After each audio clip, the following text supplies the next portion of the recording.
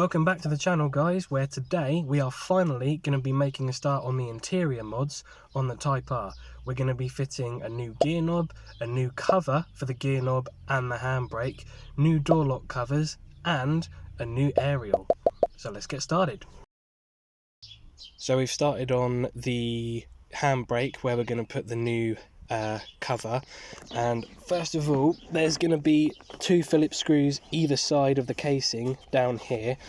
Once we've undone them, we can simply lift it up. It does get caught on the sides of the seat, so you've just got to get a bit of force in there, and then that removes the casing, and well, there's the handbrake. I think we're going to clean that up first before we put the new casing on and resume when we have the cover. So this is what the new handbrake cover looks like. You can see I went for a black suede one with red stitching to match the Type R colour scheme and the seats. It was a bit annoying, the hole at the end was really quite small, so we had to start at the top and really sort of force it down the middle, but it fits perfectly. It was designed specifically for this car, and it did actually come with this cable tie to tie it in place, but it's not big enough.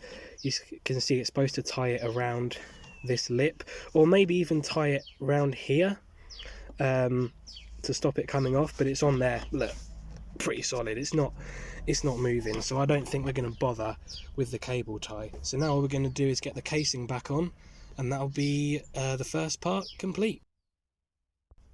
So now we're moving on to the new gear knob and the gear stick cover. We basically need to remove this part of the center console. So to do that, we are simply going to unscrew the gear knob. It comes off nice and easy. Oh.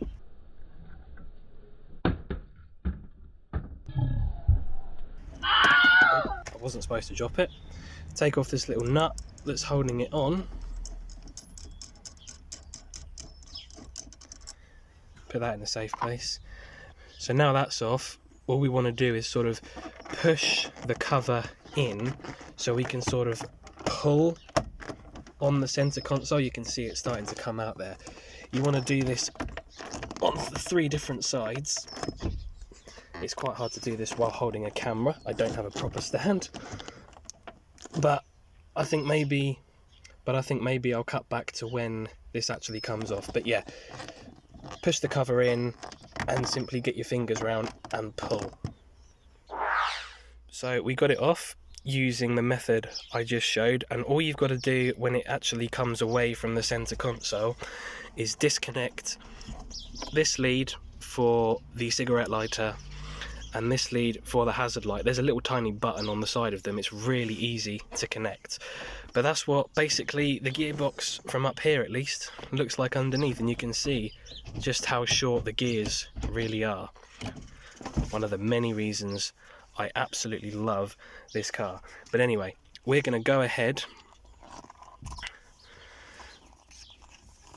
and undo these screws, and then the silver ring should pop out, ready for us to fit the new cover and get rid of this horrible tacky rubber one. So we've managed to take it apart. There's the old one there, we don't need that horrible one anymore. Here's the new one again. It's suede with red stitching to match the handbrake cover. So I found this and the handbrake one on Amazon. It was the only place I could find a decent sort of suede one that was affordable, and for this car. It has these little tiny slats in it which fit over these little plastic lips, so it holds it on. Because of the shape of it, if you're planning on doing this, what you want to do is you want the shorter end, so this top bit, to be in line with one of these little screws, because where it screws back on, you can see the screws are like a triangle shape.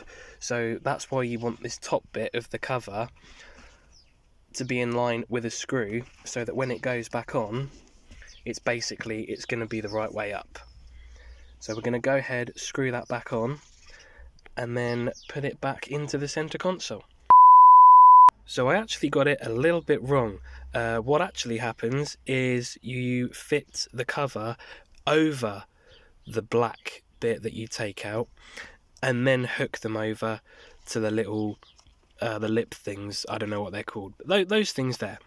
And because when I did it the other way and I put it back together, the black circle was actually showing through the center console. So if you put it over like it is now, you won't have that issue. So little correction there. So there we are, guys, all screwed back on, looking much better and cleaner than the old rubber one that was on there. And now we're going to put the new gear knob on, and well, we're going to be using the new black one. You see the old silver one, not really anything wrong with it, but it's a little bit scratched and it's worn a bit.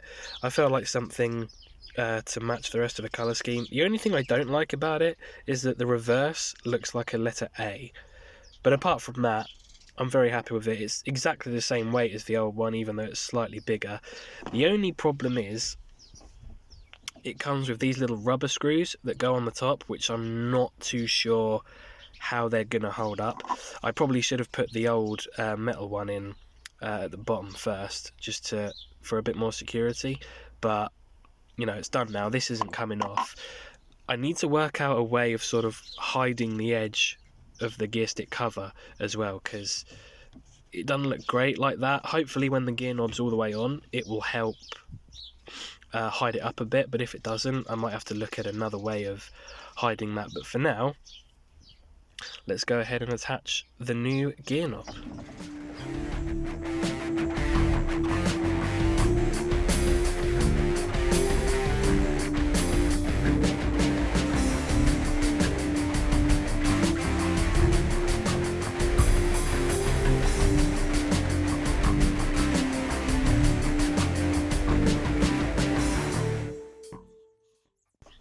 There we go, all done. It definitely feels tight enough. I didn't want to make it so tight that it breaks the plastic underneath. I mean, it comes with spares, but I still didn't want to risk breaking it anyway. And yeah, I'm definitely going to have to try and work something out for that. So maybe we could do that at a later date. But there we go, gear stick cover and new gear knob on. Now we are going to move on to the door lock covers. So this is what we're going to be putting on, and yes, I got red, and yes, you can see why we're doing it, because just look how horrible and ugly that's become with age. So it's just going to help make it look a bit cleaner. On the back, all it has is a couple of strips of 3M tape, and you simply just push it back against the wall of the door pillar, like so. And there we are, better already. Now all we've got to do is the same around the other side. And there's the other side, all fitted. It can be a little bit temperamental, but if you use enough force pushing it over the old ones, it will eventually fit. And just to demonstrate they actually work and don't get in the way,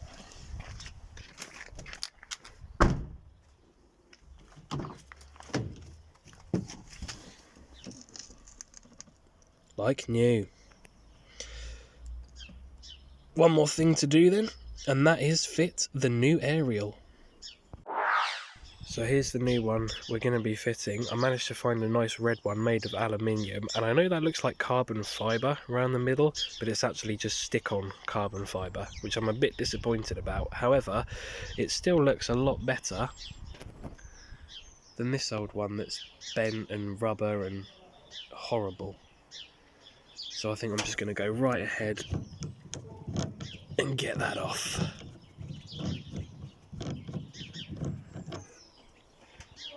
There we go.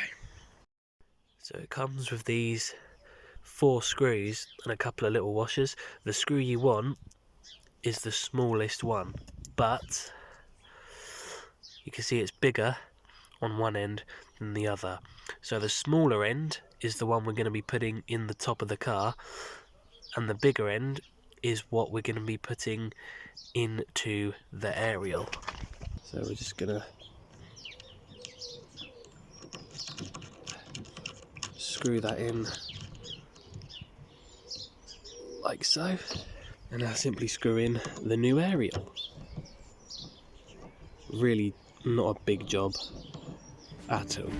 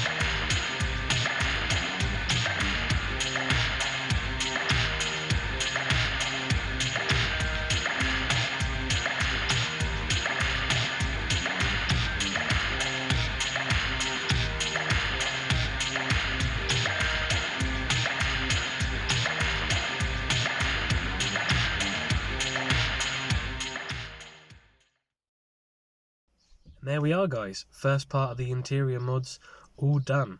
Hope you've enjoyed the video. Let me know in the comments if there's any other cool interior mods you'd like to see, you'd like me to do on the car.